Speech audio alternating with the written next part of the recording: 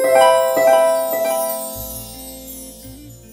everyone, welcome back to The Early Show with me, Pastor Jean I. Now before we get on to today's topic, I would first like to thank the sponsor of today's sharing who wishes to remain anonymous but would like to dedicate their contribution towards all beings' liberation from suffering and to the attainment of compassion, wisdom and true happiness. So this week, we're going to be talking about something a little bit different. We're going to be talking about cryogenics and zombies. How does Buddhism view cryogenics? Is such a thing possible, and can such a thing happen? Now, some background first. How did this conversation even come about? Many years ago, I asked our guru, His Eminence Semtuku Rinpoche, a question about cryogenics. So in case you don't know, cryogenics is when you freeze a human body with the intention of reviving it later. So I asked Rinpoche how that could work. I mean, once we die and our consciousness has left our body, it will have taken rebirth within 49 days. So when that frozen body is thawed and then revived, what consciousness goes back into it since the original one has already taken rebirth? So Rinpoche told me that that's a very good question, and it is possible for cryogenics to work. But the caveat is that you just don't know what consciousness will inhabit the original defrosted body.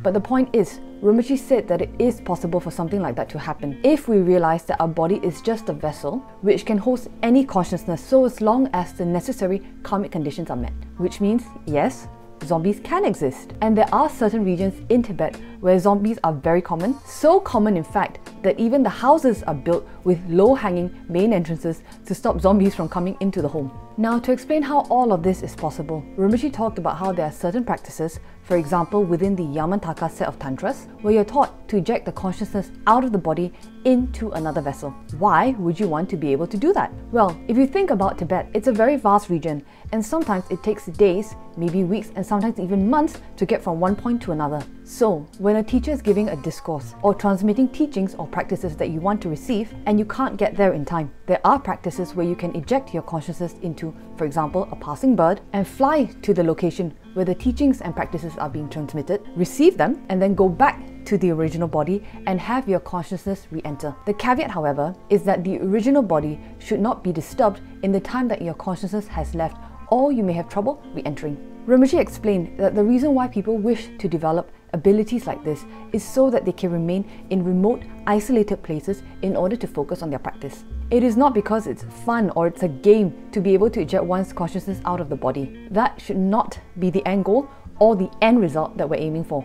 Rinpoche said that all of these abilities, such as ejecting one's consciousness or the ability to generate one's own body heat in a practice called tumo in Tibetan, is to support our practice in order to develop the real attainments, which are patience, kindness, wisdom, generosity, concentration, effort, and so on. So how would something like tumo be helpful? Again, in the remote, isolated areas of Tibet where serious practitioners like to go so that they won't be disturbed from their practice, it can get very cold, or there isn't much vegetation that they can burn in order to stay warm. So having the ability to generate our own body heat in those circumstances is very, very useful. So I repeat, the end goal isn't the ability to fly or the ability to walk very, very fast or to keep ourselves warm or to never have to eat again. All of those abilities are tools to aid us in developing the real attainments which will actually bring us closer to enlightenment.